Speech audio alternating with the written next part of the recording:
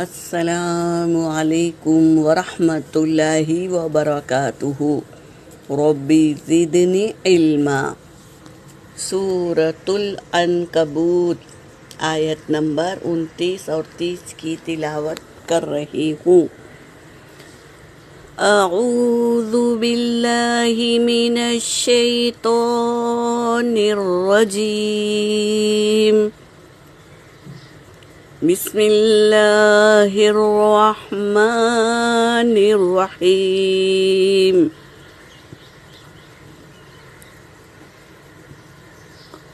اِنَّکُمْ لَتَأْتُونَ الرِّجَالَ وَتَقْطَعُونَ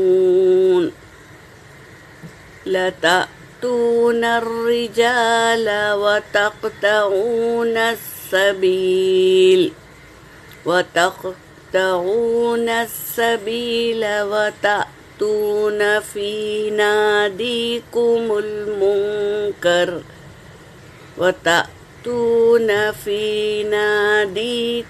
الْمُنكَرَ فَمَا كَانَ جَوَابَ قَوْمِهِ إِلَّا أَن قَالُوا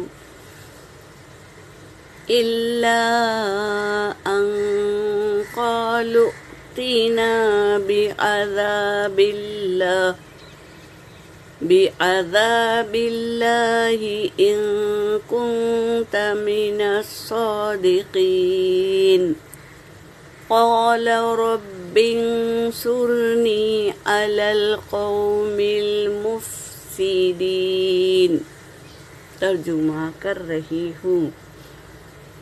اِنَّکُمْ کیا بے شک تم، لَتَأْتُونَ الرِّجَالَ البتہ تم آتے ہو مرد کے پاس، اپنی خواہشات پوری کرنے کے لیے مرد کے پاس آتے ہو، وَتَقْطَعُونَ السَّبِيلَ اور کاٹتے ہو راستے کو، یعنی جو اللہ نے شوہر اور بیوی کے لیے جو راستہ اختیار کرنے کا حکم دیا ہے اس کو کاٹ کر تم مردوں کے پاس اپنی خواہش پوری کرنے کے لیے جاتے ہو اور کاٹتے ہو راستہ۔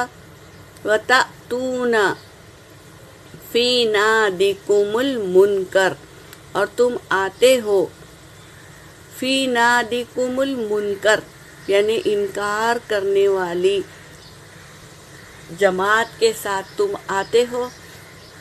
فما کانا پھر نہ تھا جواب قومہ اس کی قوم کے پاس کوئی جواب نہیں تھا ان باتوں کا۔ وہ عورتوں کو چھوڑ کر مردوں سے اپنی خواہشات پوری کرتے تھے اور بے حیائی اس طرح کرتے تھے کہ مجلس میں سب کے سامنے ایسی فاحشات حرکت کرتے تھے۔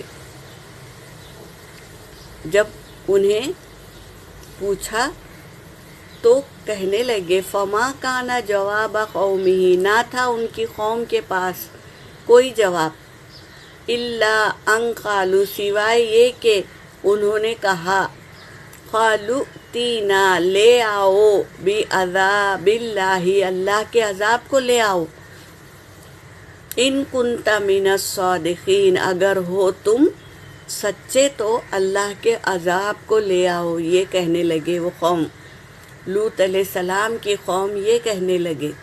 قال رب انصرنی کہا لوط علیہ السلام نے، اے میرے رب مدد کر میری۔